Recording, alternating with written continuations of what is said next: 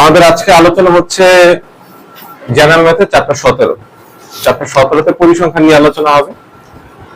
এখন পরিসংখ্যানকে আমি মোটামুটি ভাবে পরিসংখ্যানের যে ম্যাথগুলো আসে এটাকে আমি দুইটা ভাগে ভাগ করে দিতে পারি। একটা হচ্ছে ডিরেক্ট কিছু সংখ্যা দেয়া থাকবে, ধরো 30 জন স্টুডেন্টের ওজন দেয়া আছে বা 40 জন স্টুডেন্টের গণিতে প্রাপ্ত নম্বর দেয়া আছে, অথবা 30 জন স্টুডেন্টের উচ্চতা দেয়া আছে সেন্টিমিটার এককে, এরকম বিভিন্ন ডিজিট দেয়া থাকবে। ওইগুলা থেকে তোমাকে অনেক কিছু বের করতে বলবে। আর আরেকটা হচ্ছে এভাবে ডিরেক্ট সংখ্যা না দিয়ে তোমাকে টেবিল দেয়া থাকবে যে 50 থেকে 60 কেজির মধ্যে 5 জন স্টুডেন্ট আছে, 60 থেকে 65 কেজির বা 50 থেকে 60 কেজির মধ্যে 10 জন স্টুডেন্ট আছে, তারপর ধরো 60 থেকে 70 কেজির মধ্যে 8 জন স্টুডেন্ট আছে, 70 থেকে 80 জনের মধ্যে 9 জন স্টুডেন্ট আছে, এইভাবে একটা দেয়া থাকে। অর্থাৎ তথ্যগুলা আমরা যে বলি না যে এই চ্যাপ্টার থেকে দুইটা সৃজনশীল আসে, এই দুইটা সৃজনশীল এই দুইটা ক্রাইটেরিয়াতে বা দুইটা নিয়মে আসে। কিভাবে জিনিসটা আরেকবার বলি, একটা হচ্ছে টেবিল আকারে তথ্য দেওয়া থাকবে, আর হচ্ছে কোনো টেবিল দেওয়া থাকবে না, ডিরেক্টলি তথ্য দেওয়া থাকবে। ওকে, এখন আমরা যে শিখবো, আমরা না টেবিল ছাড়া কাজ করতে পারি না। তাহলে আমাদের প্রথম কাজ কি হবে, যদি তথ্যগুলোকে এলোমেলো আকারে দেওয়া থাকে সেগুলোকে কিভাবে টেবিলে কনভার্ট করতে সেটা শিখা। ওকে, অর্থাৎ যদি শুধু তথ্য দেওয়া থাকে সেটাকে আমরা বলবো অবিন্যস্ত উপাত্ত, ওই অবিন্যস্তকে আমরা বিন্যস্ত উপাত্ততে কনভার্ট করবো, মানে টেবিলে কনভার্ট করবো। তারপর টেবিলে আনার পরে বাকি কাজগুলো করবো। এখন বাকি কাজ বলতে কয় ধরনের কাজ আছে, বাকি কাজ বলতে মোটামুটি বলা যায় 6 ধরনের কাজ আছে। কয় ধরনের আছে? 6 ধরনের। আমি আজকে তোমাদের ডিরেক্ট টেবিল থেকে কিভাবে কাজ করতে হয় সেগুলো আমি আলোচনা করবো।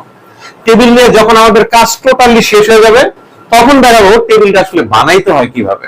সব ঝামেলা যদি একত্রে নিয়ে নেই তাহলে দেখা যাবে কোনোটাই হবে না। ব্রেন কখন এদিক দিয়ে বুঝবে, কখন এদিক দিয়ে বুঝবে, মাঝখানে দুইটা ডোর লেগে গিয়ে কিছু বুঝি নেই, এমন একটা অবস্থা হবে। কথা বুঝতে পারলাম? তাহলে আজকে আমাদের প্রথম কাজ হচ্ছে টেবিলের মাধ্যমে দেয়া থাকলে কিভাবে বাকি কাজগুলো করতে হয় সেটা। কথা বুঝছি? এবং সেই রকম আইটেম আছে আমাদের কাছে 6টা। কয়টা আছে বলতো? 6টা। 6টা নিয়ে আজকে আমরা টোটাল কথা বলতে পারবো না, হয়তো সর্বোচ্চ 3টা নিয়ে কথা বলতে পারবো। এখন 6টার মধ্যে আবার দুইটা ভাগ আছে। ভাগটা কি? 3টা হচ্ছে গ্রাফের আর 3টা হচ্ছে গ্রাফ ছাড়া। কথা বুঝতে পারলাম? আচ্ছা, আমি এই সাইড দিয়ে একটু রাফ করি তাহলে বুঝলাম। গ্রাফের মাধ্যমে যদি বলি, একটা আছে আয়তলেখ,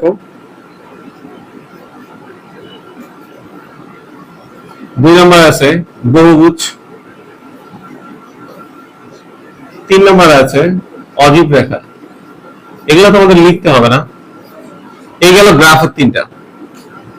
তারপরে গ্রাফ ছাড়া যে 3টা আছে এগুলো আছে গড়, মধ্যক আর হচ্ছে প্রচুরক। কথা কি বুঝছি? আজকে আমরা গ্রাফের ঝামেলা যাবো না, পিস টেস্ট বের করা বা গ্রাফটা ধরা একটু দেখাইতে হয়, অনেক স্টুডেন্ট আজকে নাই, ওদের একটু প্রবলেম হবে। আমরা এই 3টা আইটেম আজকে কভার করার চেষ্টা করব।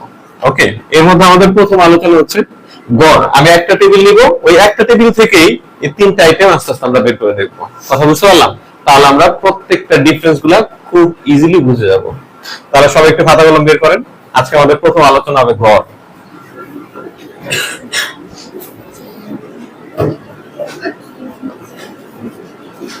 আচ্ছা, গড় বের করতে চাই। তো গড় বের করার জন্য আমাকে যেটা করতে হবে, একটা টেবিল বানাইতে হবে। আমি বাংলা কথা একটু এড়ায় যাবো, ওগুলো আস্তে আস্তে আমাদের হয়ে যাবে। আজকে মেইন পার্ট গুলো নিয়ে আমরা একটু কথা বলবো। এখানে একটু মনে রাখতে পারো 5টা কলাম প্রয়োজন হয়, 1 2 3 4 5। আর এদিক দিয়ে কয়টা লাগবে? এখানে যতটা আছে 1 2 3 4 5 6 7 8, তুমি একটা বেশি নিবা, তাহলে কয়টা নিবা বলো তো? 9টা। ধরো 2 আর 8, এর গড় করো তো কত হয়? 10, 10 কে 2 দিয়ে ভাগ করো কত হয়? 5। আচ্ছা, 5 আর 2 এর মধ্যে ডিফারেন্স কত? 3। 8 আর 5 এর মধ্যে ডিফারেন্স কত? 3। তাহলে 5 হচ্ছে এই যে গড় আসলো, গড় এমন এক জায়গার একটা বিন্দু বের হবে, গড় এমন একটা সংখ্যা বের হবে যে সংখ্যাটা কি এইগুলা থেকে মোটামুটি সমান দূরত্বে অবস্থিত। এখন এখানে 2টা নিছি তো যার কারণে খুব ভালোভাবে বোঝা যাচ্ছে, কিন্তু যখন তুমি অনেকগুলো সংখ্যা নিবে তখন তো এত সমান করা সম্ভব না, কিন্তু খুব কাছাকাছি লেভেলে যাবে। ওকে, আসেন এখন লেট কেন? এটা দেখেন আজকে একটু।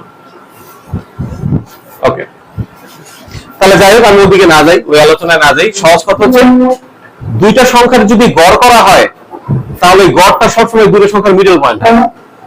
বুঝতে পারছি? তো আমরা তো মিডল পয়েন্টই চাই, তাহলে এখানে কি করতে হবে? গড় করতে হবে। তো গড় কিভাবে করে? এদের যোগ করে 2 দিয়ে ভাগ করো, 31 আর 40 যোগ করে 2 দিয়ে ভাগ করো, কত? 71 ভাগ 2 কত হয়? 35.5। আচ্ছা, এখন তাহলে এইভাবে বাকিগুলো কাজ করতে হবে না? এখন এই কাজগুলো করা লাগে না যদি আরেকটু মাথা খাটাই। কেন? কারণ এই প্রত্যেকটা থেকে প্রত্যেকটা ডিফারেন্সটা সেম এখানে, তাই তো? ডিফারেন্সটা এখানে 10 করে আছে। কত করে আছে? 10 করে। তাহলে এটার সাথে 10 যোগ করলেই সেম ডিফারেন্স বের হবে। আর তুমি যদি আমরা বের করতে চাও করতে পারো, কিন্তু টাইম বেশি লাগবে। ওকে, তাহলে এটা হচ্ছে কত? 45.5, এটা হচ্ছে 55.5, এটা হচ্ছে 65.5, 75.5, 85.5, 95.5। এইটুকু ক্লিয়ার কিনা বলতো? ওকে। আর গণসংখ্যাকে আমরা ইংরেজিতে বলবো ফ্রিকোয়েন্সি। কি বলবো? ফ্রিকোয়েন্সি। আমরা একটু ইংরেজি নামগুলো মাথায় রাখার চেষ্টা করবো যাতে কাজ করতে সুবিধা হয়। শুধু এটা বলা না, পরবর্তী ধাপগুলো আমরা যখন প্রচুরক মধ্যক নিয়ে কাজ করবো ওইখানে ফ্রিকোয়েন্সির ব্যাপারগুলো আছে। তো ওইগুলো যদি আমরা ইংরেজিতে প্রথমে একটু মাথায় রাখি তাহলে আমাদের কাজ করা অনেক বেশি ইজি হয়ে যাবে। তাহলে যাই হোক, গণসংখ্যাকে আমরা কি বলবো? ফ্রিকোয়েন্সি। গণসংখ্যা কি বলবো? ফ্রিকোয়েন্সি। যদিও পদার্থবিজ্ঞানের ভাষা আবার ফ্রিকোয়েন্সি মানে হলো কম্পাঙ্ক, এক এক জায়গাতে এক এক রকম ব্যবহার করা হচ্ছে। আচ্ছা, তো এটা হচ্ছে ফ্রিকোয়েন্সি। এই জন্য এটাকে আমরা এফ দিয়ে প্রকাশ করবো। কি দিয়ে প্রকাশ করবো? এফ। একটু খেয়াল করতে হবে, লেখাটা পরে। এখন এখানে ফ্রিকোয়েন্সি তো অনেক আছে না? এই জন্য যেমন ধরো এইটা একটা ফ্রিকোয়েন্সি, 6 ও একটা ফ্রিকোয়েন্সি, তাই না? আর আমি যদি বলি এই ফ্রিকোয়েন্সি কত বলো তো, এক একজন এক একটা বলা শুরু করবে না? আর আমি বলবো আমি তো 6 চাইছিলাম, তুমি বললো স্যার আমি তো 8 বলছি, আপনি 6 চাইছেন, আপনার মনের কথা আমি কি বলবো? প্রবলেম না? এই প্রবলেম থেকে বাঁচার জন্য আমি যদি বলি F2, তাহলে তুমি বলবে আচ্ছা 2 নম্বর ফ্রিকোয়েন্সির কথা বলা হচ্ছে। যদি F3 বলে তাহলে কি 3 নম্বর ফ্রিকোয়েন্সির কথা বলা হচ্ছে। এখন কি ঝামেলাটা শেষ হয়ে গেল না? এই এটা পরে এই ঝামেলা থেকে তাহলে কি আমরা F এর সাথে একটা সংখ্যা ব্যবহার করব। F এর সাথে কি ব্যবহার করব? একটা সংখ্যা। তাহলে ঝামেলা শেষ হয়ে যায় না? এখন আমি যদি আবার এখানে সংখ্যা স্পেসিফিক 2 লিখি, একজন বলবো কেন আপনি 2 নাম্বারটা কেন বুঝালেন, 3 নাম্বার কেন বুঝালেন না, আরো তো বাকিরা ছিল, আপনি বৈষম্য করছেন, বলুন না? তাহলে আমি বলবো এখানে কিছু একটা সংখ্যা থাকবে। আই দিয়ে বুঝালাম এখানে কিছু একটা সংখ্যা থাকবে। কত থাকবে? যখন যেটা প্রয়োজন। এই জন্য এটাকে আমরা এফআই দিয়ে প্রকাশ করবো। কথা কি বুঝতে পারলাম? স্পেসিফিক কিছু বলি না। F5 বললে একজন বললো কেন আপনি 5 নম্বর লিখলেন, 4 নম্বর কেন লিখলেন না, 7 নম্বর কেন লিখলেন না, হয়তো 2 নম্বরে কি দোষ করছে? বুঝতে পারলাম? এই জন্য আমি কি লিখলাম? আই দিয়ে বোঝানো হচ্ছে ম্যাডাম একটু পরে, আমি একজনকে থামাইছি মানে আপনাকেও বলছি। এমনকি প্রত্যেকটা আল্লাহ আল্লাহ করে বলবো যে আপনি থামেন এমন করে দিন। আচ্ছা, তো এফআই দিয়ে বুঝাচ্ছি এফ হচ্ছে ফ্রিকোয়েন্সি, আর আই দিয়ে বুঝাচ্ছি এখানে একটা যে কোনো সংখ্যা বসতে পারে যেটা দিয়ে ওই স্পেসিফিক রো এর ফ্রিকোয়েন্সিটাকে বোঝাবে। ওকে, তাহলে এটা হচ্ছে এফআই। মধ্যমানকে আমরা এক্স দিয়ে প্রকাশ করি। আচ্ছা, তাহলে এই দুটো তো আগে দেওয়া ছিল, মধ্যমান আমরা বের করলাম। মধ্যমান কিভাবে বের করলাম? দুটোকে যোগ করে 2 ভাগ করে দিলাম। তারপরে প্রত্যেকটার ক্ষেত্রে সেম ঘটনাই ঘটাইতে পারতাম, কিন্তু আমরা চাই আমাদের সময়ের অনেক ভ্যালু আছে, আমরা এত সময় নষ্ট করতে চাই না। আমরা দেখলাম 10 করে ডিফারেন্স আছে, এখানে 10 করে করে যোগ করে আমরা বাকিগুলো অটোমেটিক্যালি বের করে ফেলছি। কথা বুঝছি কিনা? আচ্ছা, এখন এখানে বের করতে হয় ধাপ বিচ্যুতি।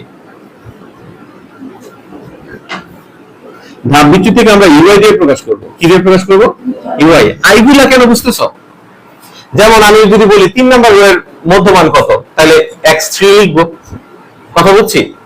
সেম ভাবে আমরা ধাপ বিচ্যুতিতেও চাইতে পারি এত নাম্বার রো এর, এইজন্য এখানে ইউআই প্রকাশ করতেছি। ওকে, এখন ধাপ বিচ্যুতি বের করার একটা চূড়ান্ত পদ্ধতি আছে। চূড়ান্ত পদ্ধতিটা কেমন? এই মধ্যমানের যে কোনো একটাকে আনুমানিক গড় ধরতে হয়। কি ধরতে হয়? আনুমানিক গড়। আমি যদি আরেকটু বলি তাহলে ক্লিয়ারলি বুঝবা। এখানে গড় নির্ণয়ের আমাদের একটা সূত্র আছে।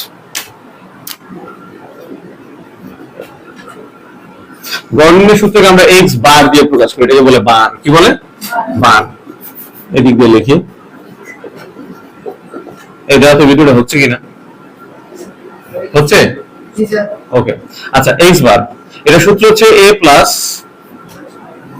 Summation of fi by n into h। এটা হচ্ছে সূত্র। কথা বুঝলাম? এখানে একটা একটা করে আমি এখানে বোঝাবো, এখান থেকেও করব যাতে তোমার বুঝতে সুবিধা হয়।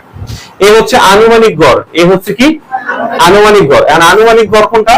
আনুমানিক গড় হচ্ছে মধ্যমান থেকে যে কোনো একটা। অনেকের একটা মিসকনসেপশন আছে এমন যে মাঝেরটাই ধরতে হবে। তারপরে তাদেরকে আমি প্রশ্ন করি, আচ্ছা মাঝেরটাই ধরতে হবে, যদি এমন হয় এখানে জোড় সংখ্যক জিনিস থাকে তাহলে তো মাঝে আর একটা থাকলো না, মাঝে কটা থাকলো? দুইটা। তখন তারা বলে যেটার মধ্যে গণসংখ্যা বেশি সেটা ধরতে হবে, বুঝছো? আমি বলি আচ্ছা দুইটার মধ্যে যদি গণসংখ্যা সেম হয় তখন আপনি কি করবেন? বা বেজোরেরটার মধ্যে তো মাঝখানের একটা পথ, আবার গণসংখ্যা যদি প্রথমটার মধ্যে বেশি হয় তখন আপনি কি করবেন? বুঝছো? এরকম অ্যাকচুয়ালি কোনো রুলস নাই। মূল কথা হচ্ছে যে কোনো একটা ধরলেই চলে। তোমার যদি আরো কনফিউশন জাগে বা তোমার যদি নিজের চোখে জিনিসটা দেখতে ইচ্ছা করে তুমি কাজ করতে পারো, যে কোনো এটাকে একবার আনুমানিক গড় ধরবা, এটাকে ধরবা, এটাকে ধরবা, এটাকে ধরবা, এটাকে ধরবা, আমরা ধরবা, প্রত্যেকটা দেবে অ্যান্সার সেমই আসতেছে। তখন তুমি নিজেই বুঝে যাবে যে কোনো একটা ধরলেই চলে, অনুমান করে যে কোনো একটা ধরলেই চলে।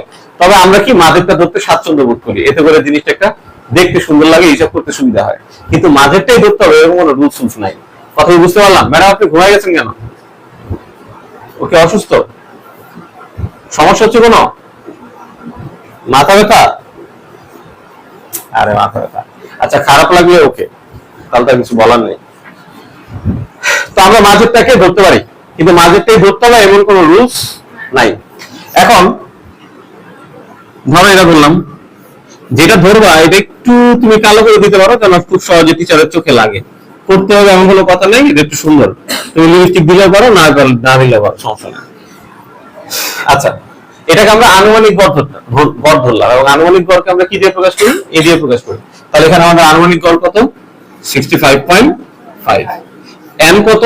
n হচ্ছে মোট গণসংখ্যা, n হচ্ছে মোট গণসংখ্যা। এই মোট গণসংখ্যা এগুলো সব যোগ করো তো কত হয়? আর কোন জায়গাতে প্রশ্ন ইসলাম পেস্ট দিয়ে সব উঠে গেছে। আচ্ছা রাইট, তাহলে একটু যোগটা করো। 50। ওকে, এটা হচ্ছে আমাদের n। তাহলে n এর মান 50। h হচ্ছে শ্রেণীব্যাপ্তি, h হচ্ছে কি শ্রেণীব্যাপ্তি। একটু খেয়াল করতে হবে, h হচ্ছে শ্রেণীব্যাপ্তি। মানে এই যে আমরা এখান থেকে 31 থেকে 40 পর্যন্ত বললাম, তারপর 41 থেকে 50 পর্যন্ত বললাম, এখানে কতজন করে লোক আছে সেটা। বেশিরভাগ স্টুডেন্ট একটা ভুল করে, ও কি করে? নরমাল বিয়োগ করে। নরমাল বিয়োগ কিন্তু হবে না। আমি যদি একটু বলি 1 থেকে 5 রো পর্যন্ত স্টুডেন্ট আমার সাথে সাথে আসো তো, আমার সাথে কয়জন স্টুডেন্ট যাবে? নরমাল যেটা করে স্টুডেন্টরা বিয়োগ করে ফেলে, 5 থেকে 1 গেলে কত থাকে? 4। ও বলে 4 জন স্টুডেন্ট। কয়জন স্টুডেন্ট? এখন চলো আমরা একটু দেখি আসলে কয়জন। 1 2 3 4 5 3 2 কয়জন যাবে? 5 জন যাবে। তার মানে নরমাল বিয়োগের মতো না।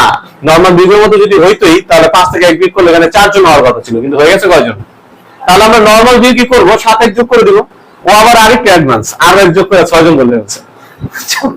আচ্ছা যাই হোক, এগুলা নিয়ে যদি কনফিউশন জাগে তুমি নিজেই একটা উদাহরণ দিয়ে নিজেকে যাচ করে নিবা, কনফিউশন থাকা দরকার নেই। বুঝতে পারলাম? আচ্ছা তাহলে আমি আবারও বলতেছি, শ্রেণীব্যাপ্তি বের করার ক্ষেত্রে অনেক স্টুডেন্ট একটা ভুল করে। ভুলটা কি? নরমাল বিয়োগের মতো করে কাজ করে। বিয়োগের মতো কাজ করবা, ঠিক আছে, সাথে কি করবা? 1 যোগ করে দিবা। তাহলে আসো 40 থেকে 31 বিয়োগ করলে কত হয়? 9। সাথে 1 যোগ করে কত হয়? 10। তাহলে এখানে শ্রেণীব্যাপ্তি কত করে? 10 করে। তাহলে আমাদের শুধু summation of F I U I বের করলে কাজটা হয়ে যায়, তাই তো? আচ্ছা এখন যেই বরাবর আমরা আনুমানিক গড় ধরবো ওই বরাবর শূন্য হবে, তারপর 1 2 3 এদিকে -1 -2 -3। এন্ড প্রশ্ন হলো এরকম কেন হলো, তাই না? এই ইউআই বের করার আমাদের একটা সূত্র আছে। সূত্রটা হচ্ছে xi - a by h। xi minus লিখো না, এখন প্লিজ লিখো না, আগে একটু বোঝো। xi - a by h। এখন চলো এই সূত্রের মধ্যে আমরা একটু ফেলি জিনিসটাকে। আমি ধরো এটা বের করতে চাই, এটা ইউআইটা কেমন হবে? নিচে হবে h, h তো 10 ফিক্সড, a কত? a হতো ফিক্সড 65.5। আর কি লাগবে? xi মানে কি? এটার xi মানে কি? মধ্যমান। তাহলে কত? 45.5। তাহলে আসো 45.5। এবার দেখো তো কত হয়, এখানে কত হয়? -20/10 -2। দেখো -2 আসছে কিনা। তাহলে এই সূত্রে ফেলে এই কাজগুলো করা যায়, কিন্তু এগুলা করার টাইম নেই। পরীক্ষার হলে যেহেতু লিমিটেড একটা টাইম আছে, সিস্টেম কি? সিস্টেম হচ্ছে যেটাকে আমি আনুমানিক গড় ধরবো ওই বরাবর শূন্য ধরবো, পরেরগুলা +1 +2 +3 +4 যতটুকু যায়, পরেরগুলো হচ্ছে প্লাস করে আর আগেরগুলো কি মাইনাস করে। That's it. এটা হচ্ছে শর্টকাট। কথা বুঝছি? কিন্তু আমাদের আসল জিনিসটা জানা দরকার। আসলটা কিভাবে আসলো? এই সূত্র অনুসারে আসলো। কথা বুঝছি? এখন ধরো পরীক্ষা হলে এই সূত্রটা তুমি ভুলে গেছো, তাহলে লেখার দরকার নেই, কিন্তু ভুল লিখো না। ভুল লেখার লেখে মানে ভুল লেখার থেকে এদিকে না লেখাটাও কি ভালো। এদিকে যদি না লেখা হয়তো 4 নাম্বারটা কম হবে না, কিন্তু ভুল লেখলে দেরি কম হবে। সাইফা লিখতে না করছি স্যার, এটা বুঝলাম কিনা? আচ্ছা, এবার আমার লাগবে FI UI. FI UI, FI UI মানে কি? এফআই ইউআই গুণ করতে হবে। তো এফআই কোথায়? এখানে। ইউআই কোথায়? এখানে। এই দুইটা পার্টকে কি করতে হবে? গুণ করতে হবে। তাহলে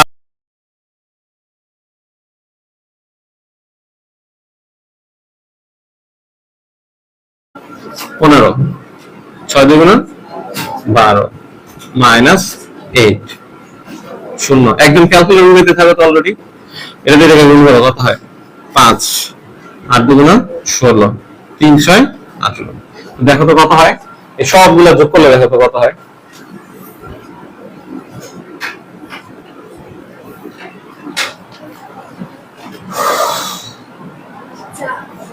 চার হয়? আচ্ছা 4। এখন আমরা আসলে কি করলাম? এটার মিনিং একটু বুঝতে হবে। Summation of FI UI, summation of FI UI. এই সামেশন সাইনটা একটু খেয়াল করতে হবে। সামেশন সাইনটা কি এমন না? এই সাইনটা আসছে কি জানো? এই সাইনটা আসছে এস থেকে। কই থেকে? এস থেকে। এস থেকে কি ছিল? সাম। সাম মানে হচ্ছে যোগ করা। সাম মানে কি? যোগ করা। ওই এস কে বিভিন্নভাবে একটু ব্যাখ্যা সুকায় জিনিসটা এভাবে তৈরি করছে। কথা বুঝছি? তাহলে এটাকে আমরা কি বলবো? যোগ করতে হবে। কি করতে হবে? যোগ করতে হবে। তবে এটার মিনিংটা আরেকটু ডিপ। আরেকটু ডিপ কেমন? সামেশন অফ এফআই ইউআই মানে হচ্ছে এফআই ইউআই এর মতো যারা আছে সবার যোগফল। এফআই ইউআই এর মতো যারা আছে সবার যোগফল। তাহলে এটাও তো এফআই ইউআই, এটাও তো এফআই ইউআই, প্রত্যেকই কি এফআই ইউআই না? সবার যোগফল। এজন্য এটাই হচ্ছে কি? Summation of FI UI. কথা বুঝছি? তাহলে সামেশন অফ এফআই ইউআই এর মান কত আসলো? 4। এখন এই ক্যালকুলেশন আমরা একটু করতে চাই। 65.5 এই বেটাকে কাটো, এদিক দিয়ে হয় 2, 4 দুগুণ কত? এন 5। আল্লাহ, ভালো জায়গায় যে ভুল যাচ্ছে। Thank you. তাহলে এখানে কত হয়? 5। তাহলে 4/5 এর মান কত একটু দেখো তো।